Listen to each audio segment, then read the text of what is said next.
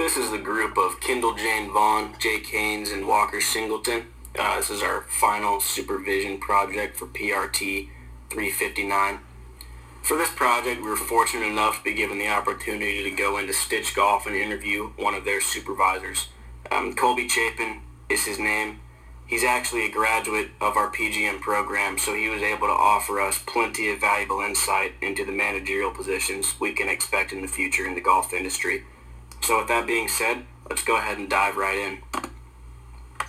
One of the first topics we addressed with Colby was his managerial style. What Colby told us regarding that was that he had used everything he had learned from his past supervisors to develop his own style. What he had found was that too often managers tend to become micromanagerial, and that becomes detrimental to confidence. That was the case for him personally, and that was also the case for coworkers he was able to talk to. So the philosophy he developed from his past experiences was to enable without abandoning. That's the method to his madness, is what he likes to say. So what that means is that when employees first come in and they're still in the training phase, still really in the introductory period to the organization, that's when Colby's going to micromanage. He wants to make sure that they have a full scope of what's going on at the business before he gives them the reins.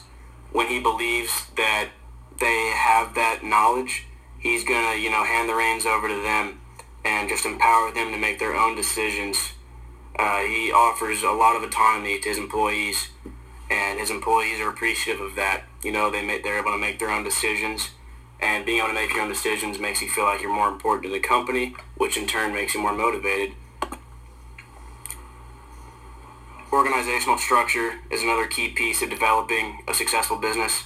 What Colby developed at Stitch was a place where there's equal opportunity for everybody involved. If the CEO, Brad King, were to come through the door, he's going to treat him with the same level of respect he would treat the janitor that comes through the door, because you don't know just how valuable anybody's input is going to be, regardless of who they are, if your door isn't always open and you're not willing to lend an ear to whatever it is they have to say. So Colby is always open door and all ears whenever he's in. So during the busy times, that open door policy becomes even more crucial, because that's when employees are at their busiest, is when business is booming. That increased volume of sales equals more work for everybody involved. It's crucial to keep your employees feeling powered during those times. During these times, Colby told us he takes extra time out of his schedule to make sure he is around and available to listen to whatever needs his employees need. He is there to let the employees know that they are valued, they are appreciated, and the organization is willing to fight for them as hard as they are fighting for the organization.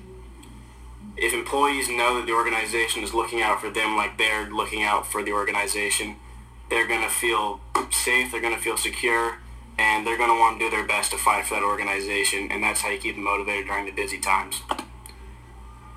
Another way to keep them motivated during those times is to really adhere to Maslow's theories of motivation.